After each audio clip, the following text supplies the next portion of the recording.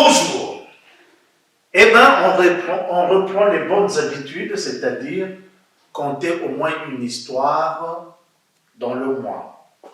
Aujourd'hui, donc, on n'est plus dans le grenier de la médiathèque, mais on se trouve dans une salle de contes, la salle de contes de la médiathèque Montpassot. Et c'est là où va se dérouler maintenant nos contes. Mais avant de commencer les contes, on va faire 2 devinettes. Alors, la première devinette. Celui qui le fabrique n'en a pas besoin, c'est normal. Lui ne fait que fabriquer. Mais celui qui l'achète est triste de l'acheter, mais ce n'est pas pour lui. Et celui qui va l'utiliser, là, je vous jure, qu'il ne le verra jamais. Alors, qu'est-ce que c'est? Celui qui le fabrique n'en a pas besoin, c'est normal, lui il ne fait que vendre. Celui qui l'achète, il est triste de l'acheter, mais ce n'est pas pour lui. Et celui qui va l'utiliser ne le verra jamais. Qu'est-ce que c'est? La deuxième devinette, celle-là elle paraît facile, même mon petit-fils l'a trouvé. Qu'est-ce qu'on peut tenir dans sa main droite qu'on ne peut pas tenir dans sa main gauche? Qu'est-ce qu'on peut tenir dans sa main droite, mais qu'on ne peut pas tenir dans sa main gauche? Voilà, les 2 devinettes. Alors, si l'on vient à l'histoire d'aujourd'hui, c'est un conte africain. Ce conte s'appelle « Les visages du mur ».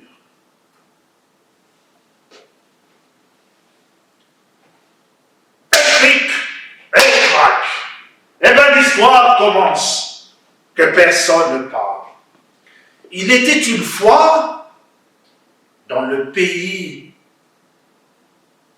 Kindamba, il y avait un petit village nommé Bitambala. À Bitambala vivaient 2 sœurs. L'aînée s'appelait Watoma. Elle était belle, cette femme. Sa cadette, qui s'appelait Zolo, elle était laide. Watoma était courtisée par tous les hommes des environs. Oh, tous les hommes voulaient épouser cette femme.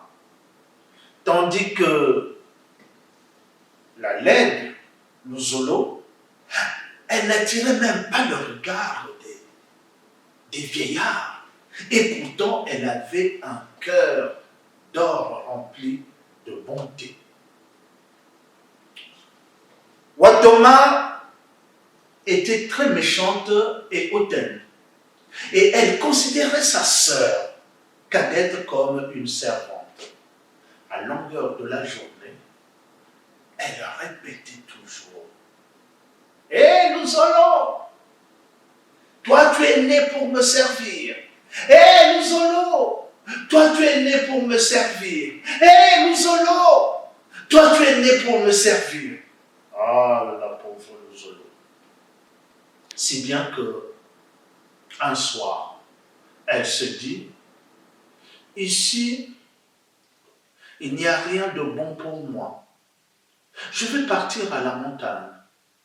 Je me construirai une maison, j'y vivrai. Personne ne verra mon visage et personne ne pourra se moquer de moi. » Le lendemain matin, dès le premier chant du coq, la voilà qui quitte le village discrètement. Elle va vers la montagne. Elle marche, elle marche, elle marche. Elle marche toute la matinée. Lorsque ses pieds commencent à fatiguer, elle aperçoit un filet de fumée qui s'élève au-dessus de la vallée.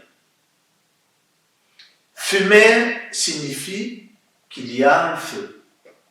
Le feu, c'est qu'il y a de la vie. Et là où il y a la vie, il y a des hommes. En fait, dans ces contrées aussi lointaines que les nôtres, un village a toujours un feu allumé, quel que soit le temps. Alors, Luzolo se dirige vers ce foyer. Et quand elle arrive devant ce foyer, elle voit assise devant une maison une vieille dame. Elle est vieille. Elle a un regard hagard. Et aussi, elle a des tresses longues mais grises. Ses lèvres sont dents rouges éclatantes. Ses dents brillent comme des diamants lorsqu'elle sourit. Mais le plus étonnant encore, elle a deux visages. Un visage devant et un visage derrière. C'est une sorcière, pense Luzolo. Malgré cela, elle s'avance et la salue poliment. Bonjour, grand-mère. Oh, bonjour, ma fille. Tu vas bien, grand-mère? Oh, je veux bien. Malgré mes yeux qui ne commencent ne plus voir ce monde. C'est pourquoi je cherche une servante. Ne voudrais-tu pas travailler pour moi? Oui, grand-mère, se dit Luzolo. En même temps, elle pense qu'elle va rester là, parce que les yeux aveugles ne verront pas sa laideur. Eh bien, cette femme, cette vieille dame, demande, comment t'appelles-tu, ma fille? Oh, moi je m'appelle Luzolo. Joli nom. Mais sais-tu que signifie Luzolo? Oh non. Eh bien, Luzolo signifie amour. Moi, je m'appelle Ndoki. Quand Luzolo entend ce prénom, ce nom, elle frémit. Parce qu'elle sait qu'est-ce que ça signifie. Ça signifie sorcière. Appelle-moi Mandoki, c'est-à-dire appelle-moi mère sorcière. Ne sois sans crainte, ma fille. Et voilà, Luzolo va travailler chez Mandoki, la sorcière. Elle y travaille. Elle se sent bien. Chaque jour, elle a une pièce d'argent qu'elle garde dans un coffret. Elle est heureuse. Elle mange à sa faim. Eh bien, Mandoki, la sorcière, lui donne même des robes, des jolies robes, parce qu'elle le mérite. En effet, cette jeune fille sert royalement sa maîtresse. Ne profitant pas du fait qu'elle soit aveugle, elle balaie la poussière. Elle raccommode le linge avec des petits points. Le temps passe, comme coule l'eau de la rivière, l'eau de Bitambala. Et un jour, Mandoki la sorcière va dire, ton temps de travail chez moi est fini. Alors, à présent, rentre chez toi. Ah non, je ne peux pas rentrer chez moi, pleure Luzolo. Je ne peux pas rentrer chez moi, je préfère rester ici. Toi, tu ne vois pas ma laideur. Tu ne connais que le son de ma voix et le travail de mes mains. Là-bas, les gens se moquent de moi. Je ne voudrais plus les revoir. Et là, Mandoki, la sorcière, répond. Elle lui dit, tu as un visage ingrat. Mais un cœur d'or. Mes yeux qui paraissent aveugles, ils voient beaucoup mieux que ceux des autres. Tu sais bien que j'en ai 4. Quand 2 dorment, 200 veillent. Je connais ton visage depuis que tu es arrivé ici. Moi, en vérité, peu m'importe qu'il soit laid ou beau. Mais pour toi, ça paraît vital. C'est pourquoi j'ai décidé de t'aider. Entre dans la maison. Touche le miroir.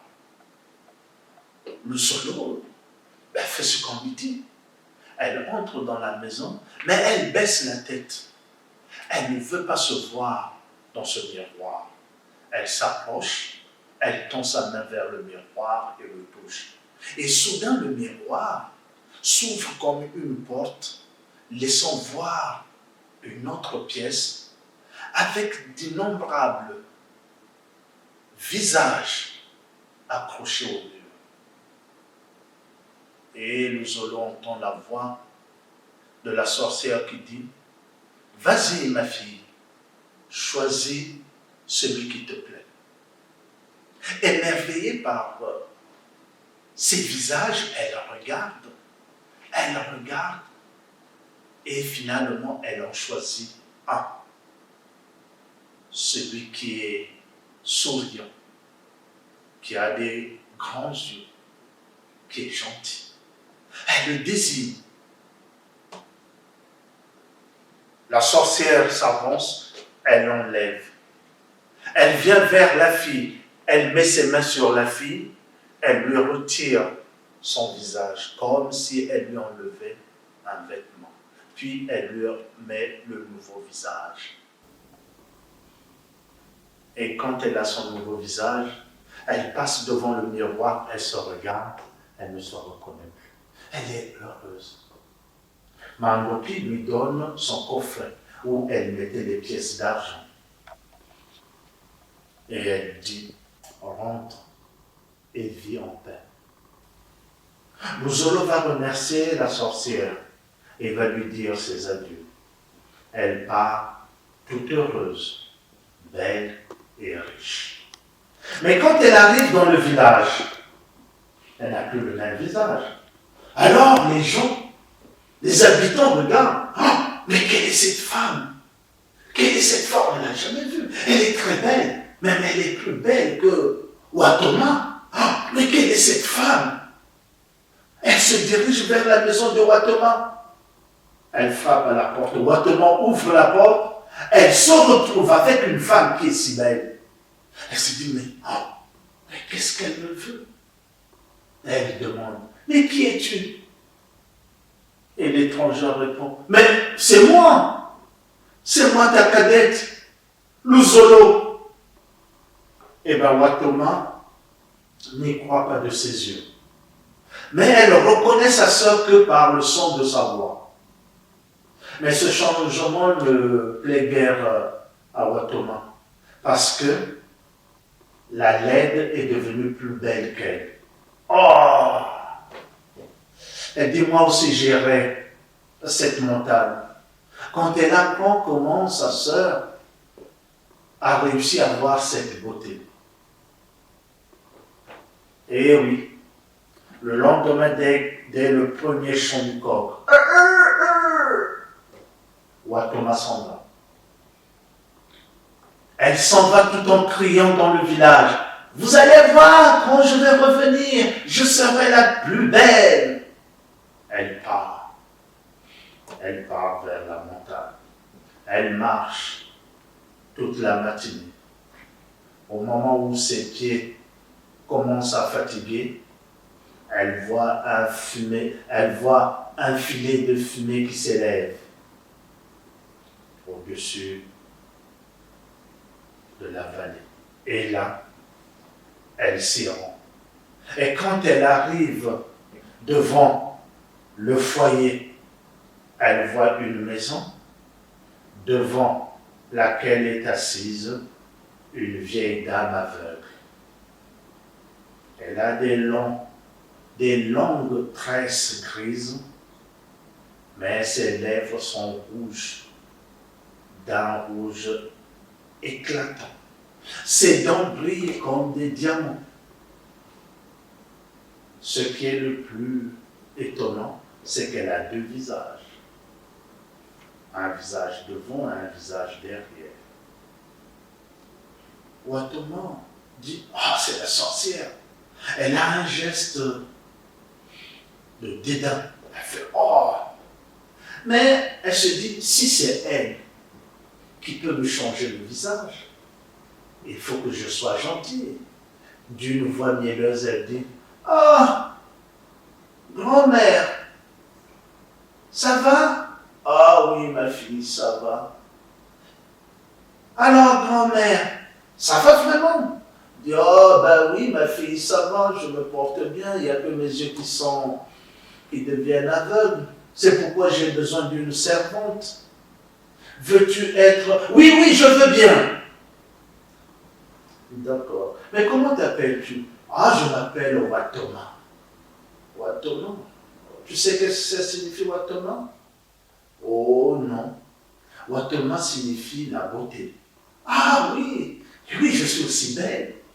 Et moi, je m'appelle Ndoki. Oh, je sais, tu es la sorcière. Eh bien, Ndoki, la sorcière, prend cette fille, Ouattoma, comme elle l'avait fait avec la cadette. Mais la belle jeune femme fait semblant de travailler. Tantôt, elle remue des objets en faisant un petit bruit.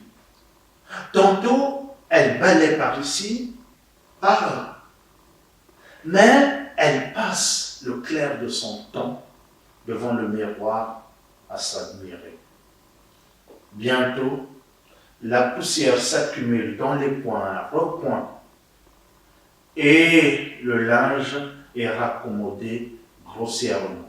Néanmoins, elle mange à sa faim. Et elle amène une pièce d'argent chaque jour. Le temps passe, comme coule l'eau de la rivière Ndo à Bitambala. Et un jour, Mandoki dit, ton temps de travail chez moi est fini. À présent, tu peux rentrer. Non, réplique-t-elle. Je ne rentrerai quand j'aurai un nouveau visage. C'est ce que tu veux? Oui. D'accord. Entre dans la maison, touche le miroir.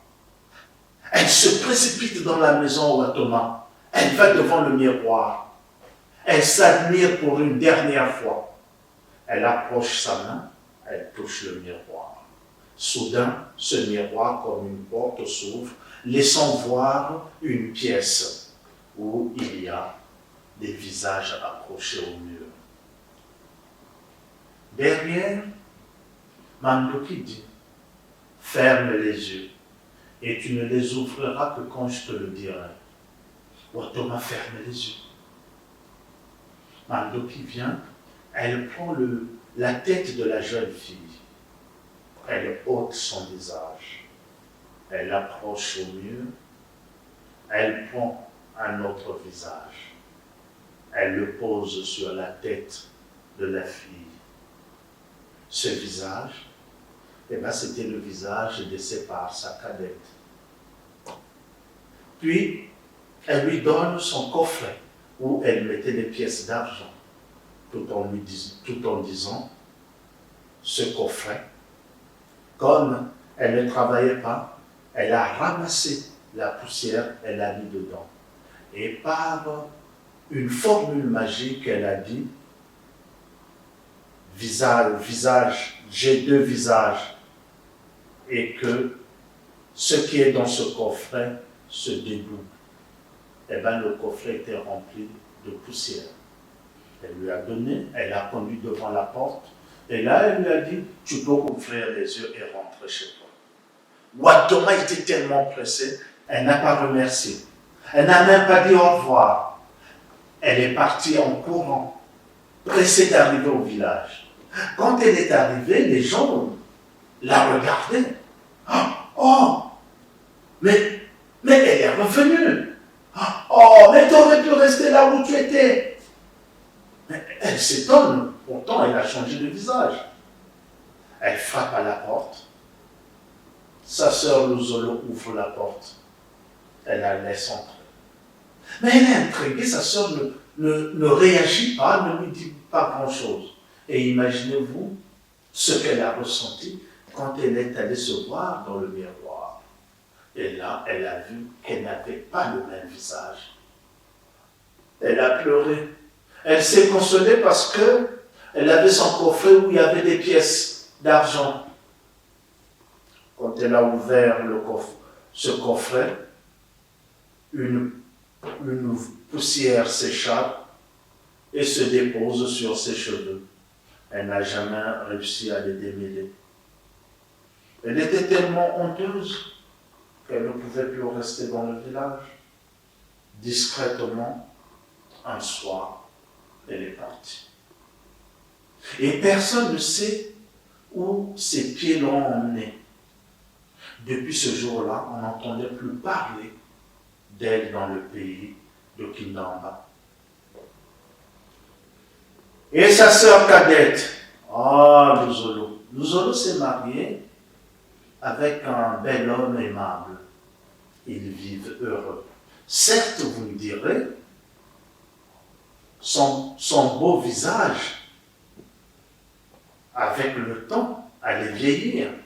Mais oui, mais un cœur bon le reste toute une vie.